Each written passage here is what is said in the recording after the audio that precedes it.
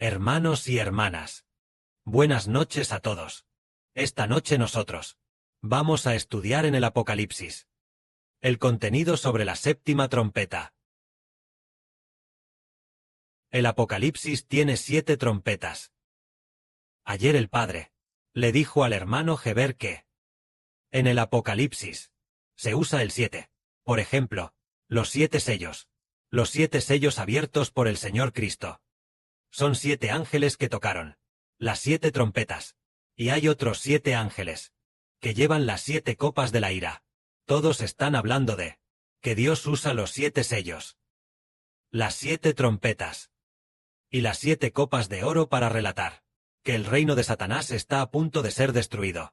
Al sonar las trompetas, las primeras 4 trompetas no dañaron de inmediato a los que pertenecen a Satanás, sino que hicieron que los de Satanás sufrieran hicieron que la tierra y el cielo sufrieran cierta tribulación, pero comenzando desde el 5.º sello, daña directamente a Satanás, a la gente de Satanás. El 5.º sello habla de ángeles como langostas que pican a los hombres durante 5 meses, haciendo que los que pertenecen a Satanás sufran terriblemente por 5 meses. Luego, el 7.º y 6.º sello habla de 4 ángeles que matan a 1/3 de la humanidad en el lapso de un día, matando a 1/3 de la humanidad. Entonces, el 7.º sello, ¿qué es lo que hace sufrir a la humanidad? El 7.º sello habla de 2 testigos profetizando contra la tierra. Veamos lo concerniente a los 2 testigos. En la Biblia hay profecías en varios lugares. El hermano Heber va a explicar el capítulo 11 de Apocalipsis sobre los 2 testigos. En realidad, la obra que hacen es cuando suena la 7ª trompeta. Es decir, el reino de los cielos ya ha pasado a estar bajo el nombre de Dios. El dominio, es decir, el dominio sobre la tierra, la autoridad para gobernar el mundo, de las manos de Satanás, pasa a Dios en ese momento. Los 2 testigos comienzan en la tierra a profetizar durante 1,260 días. Leamos esto. Entonces me fue dada una caña, semejante a una vara de medir. Y se me dijo: levántate y mide el templo de Dios y el altar, y a los que adoran en él. Pero excluye el patio exterior del templo y no lo midas, porque ha sido entregado a los gentiles, y ellos pisotearán la ciudad santa por 42 meses. Es decir, esta ciudad representa el reino de los cielos, y el templo representa a los sacerdotes. Es decir, la gente de Satanás pisoteará la ciudad santa por 42 meses. Entonces hacemos que los hermanos y hermanas comprendan el misterio de Dios. En el tiempo del antiguo Israel, su capital estaba en Jerusalén. Por ejemplo, en la época de Salomón, la capital estaba en Jerusalén. Entonces la capital representaba a la nación de Israel, y el templo en la capital también estaba en Jerusalén, y ese templo representaba el reino de Dios. Es decir, el lugar donde habita Dios. La ciudad santa representa el reino de Israel, y el templo, es decir, en la nación de Israel, el lugar donde habita Dios, simboliza el reino de Dios. Al principio, el año pasado nosotros, el Padre Celestial nos ordenó diciendo que construyéramos el reino de la alabanza. Somos el reino de la alabanza. Construir el capítulo de alabanza es construir el reino de Dios. Resulta que el reino de Dios no es. También entendemos cómo es que establecer una nación es alabanza. Debería ser construir el templo para que sea alabanza. Debería decirse construir el templo. Construir el templo sagrado es la verdadera alabanza. ¿Cómo es que establecer una nación es alabanza? A los ojos del Padre Celestial, el templo del Padre Celestial es como si fuera su reino. Entonces, ¿y la ciudad santa? Representa, también es el reino de Dios. Entonces veamos, ¿quién habita en el templo? Es decir, el templo es el lugar donde habitan los sacerdotes y los levitas. ¿Y la ciudad santa? Es donde el pueblo de Dios habita. Es decir, los ciudadanos habitan en la ciudad santa. Entonces, los sacerdotes habitan en el templo. Por eso aquí dice que le dijo a Juan que fuera a medir el templo y el altar, y a contar a los que adoran allí, es decir, contar cuántos quedan allí. ¿Cuántos sacerdotes están alabando a Dios? Contar entre los 144.000. ¿Cuántos todavía adoran a Dios? Y luego dice, pero el patio exterior del templo, no lo midas, porque ha sido entregado a los gentiles, y los gentiles pisotearán la ciudad santa durante 42 meses. Esa ciudad santa representa la ciudad santa. Y la gente que está dentro, representa al pueblo de Dios. Es decir, durante la gran tribulación, el pueblo de Dios. Y los sacerdotes entre el pueblo, son diferentes. Le dijo a Juan que fuera a contar, entre los 144,000 que adoran a Dios. ¿Cuántos quedan? Solo eso. Pero no hace falta contar, no hace falta contar al pueblo en el reino de Dios. No hace falta contar al pueblo de la nación, si hay alguien sirviendo a Dios, porque aquí ya se dice claramente, que nadie en el pueblo de la nación volverá a servir a Dios. Porque ese periodo es el periodo de la gran tribulación. Nadie, a menos que sea sacerdote, puede tener esa capacidad, tener esa fe para poder adorar a Dios. Pero en cuanto al pueblo, ellos solo necesitan no recibir la marca de la bestia. Eso es lo que significa. Significa que, por eso dice, que el patio exterior del templo no se mida.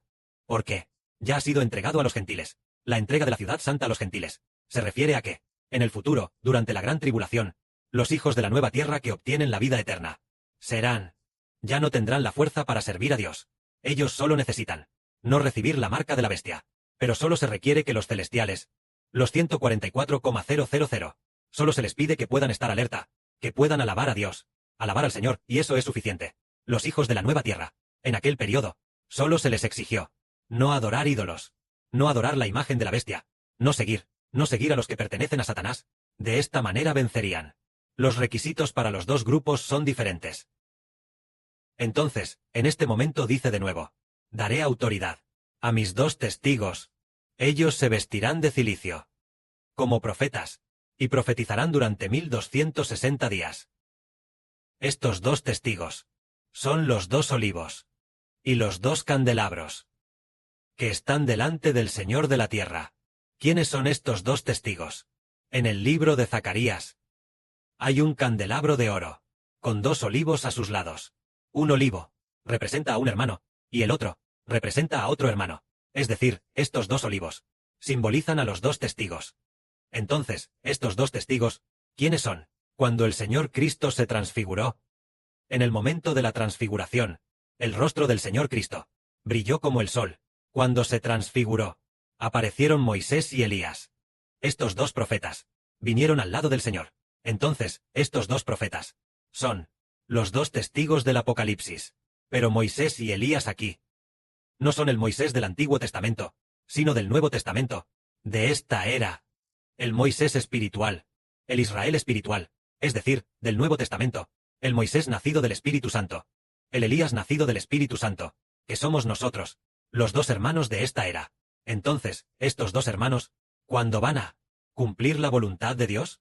¿Cumplir la voluntad de los 2 testigos? Será durante la gran tribulación. En ese momento, Dios, es decir, el Padre Celestial y el Señor, les dará autoridad.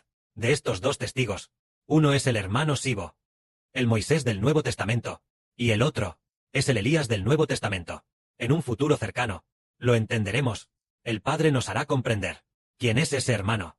Entonces, estos 2 profetas, ¿qué tipo de poder tienen?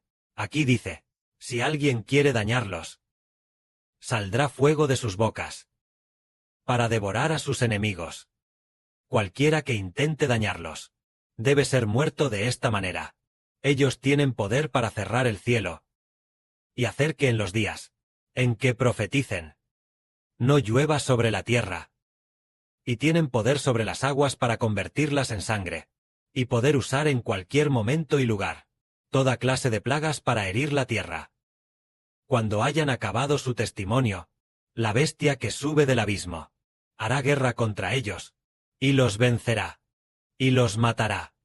Y sus cadáveres estarán en la plaza de la gran ciudad, que en sentido espiritual se llama Sodoma, y Egipto, donde también su Señor fue crucificado. Entonces, estos 2 profetas, ellos actúan como profetas y profetizan, que es el periodo de la gran tribulación. Tienen todo tipo de autoridad. Por ejemplo, tienen el poder de cerrar el cielo, para que no llueva. Y también poder para convertir el agua en sangre. Y de sus bocas sale fuego, lanzando fuego para destruir a los enemigos. Y también en cualquier momento y lugar, golpear al mundo con todo tipo de plagas. Sobre esto, una vez, un día del año pasado, la hermana Zawan estaba al lado del hermano Heber. El hermano Heber estaba hablando sobre el Apocalipsis. Parece que fue a principios de este año. O a finales del año pasado, ya lo olvidé, hablando del Apocalipsis. Y también habló de los dos profetas. Entre ellos, uno de los profetas. Los dos profetas iban a lanzar fuego. Cuando iban a destruir a los enemigos con fuego, la hermana Zawan vio que de la boca del hermano Heber salía fuego, haciendo que la hermana Zawan viera un fuego muy largo. Sintió mucho terror. Mucho temor. Un fuego muy aterrador saliendo. Después, nosotros entendemos. Luego, el Padre Celestial le permitió a la hermana Zawan ver de antemano que el hermano Heber es el Moisés del Nuevo Testamento. Es decir, el Moisés de los dos testigos. Lo que significa que, en el futuro tendrá autoridad. En el hermano Heber. Y un día, también soñó en un sueño con el hermano Heber, siendo asesinado junto con un hermano. Este hermano es el Elías del Nuevo Testamento. Pero este hermano, cuando fue asesinado, debido a que el hermano Heber en ese momento, tampoco vio bien su rostro, solo vio que el hermano Heber se sacrificaba con él. En ese momento, el padre de Heber se había sacrificado de antemano.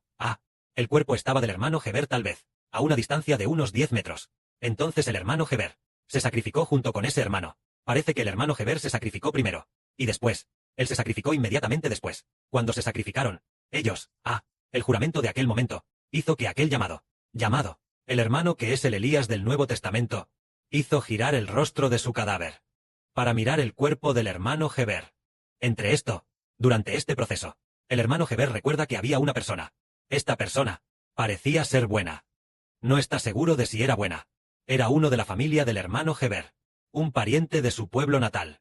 Este pariente es el primo de su madre. Se llama Juan Bingui. Esa persona, tal vez sea buena. No, pero no es del todo seguro. Parece que él estaba en este sueño. Parece que fue él quien puso al profeta Elías. A este hermano que es el Elías del Nuevo Testamento, parece que fue él quien puso el cadáver, quien puso el rostro del hermano Elías hacia el cuerpo del hermano Heber. Parece que hubo algo de esto, pero en ese momento, estaba un poco borroso. Después de despertar del sueño en ese momento, no registró este detalle en él, pero el hermano Heber siempre ha tenido ese recuerdo. Podría ser esta la razón.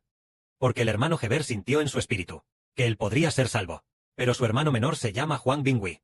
En cuanto a su hermano, es un hombre malvado, destinado a ser destruido. Esto es lo que el padre le permitió, ver al hermano Heber. Entonces, estos dos testigos fueron asesinados. Sus cadáveres. ¿Quién los mató? Aquí dice que la bestia que sube del abismo hará guerra contra ellos. ¿Quién es la bestia aquí?